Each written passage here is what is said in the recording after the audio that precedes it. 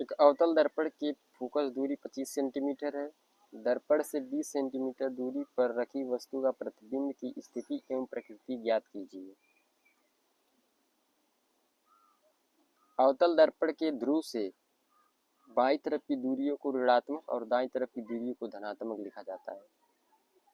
तो फोकस दूरी -25 सेंटीमीटर होगी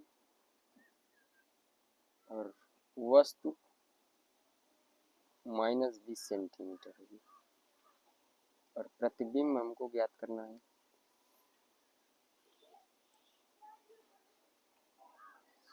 सूत्र 1/f = 1/u + 1/v। अब फार्मूले पे सारी वैल्यू रख देंगे। 1/f = 1/u की value -20 centimetre plus 1/v। v हमको ज्ञात करना है।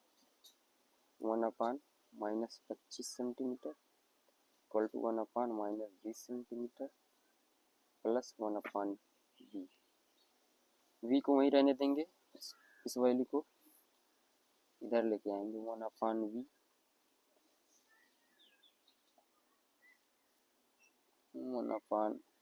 -25 -20 इधर आएगा तो +20 हो जाएगा। हम इसको सॉल्व करेंगे। -20 + 25/500। 25 में से 20 जाएगा तो 5 बचेगा बटे 100। 1/v को पलट देंगे, v लिखेंगे और इसको भी 100/5।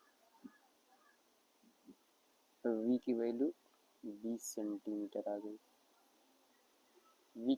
v की वैल्यू धनात्मक है, इसलिए प्रतिबिंब दर्पण के पीछे बनेगा, दर्पण के ध्रुव से दाईं तरफ बनेगा। v = 20 centimetre. प्रतिबिंब की स्थिति दर्पण की दाईं तरफ सीधा आभासी बनेगा।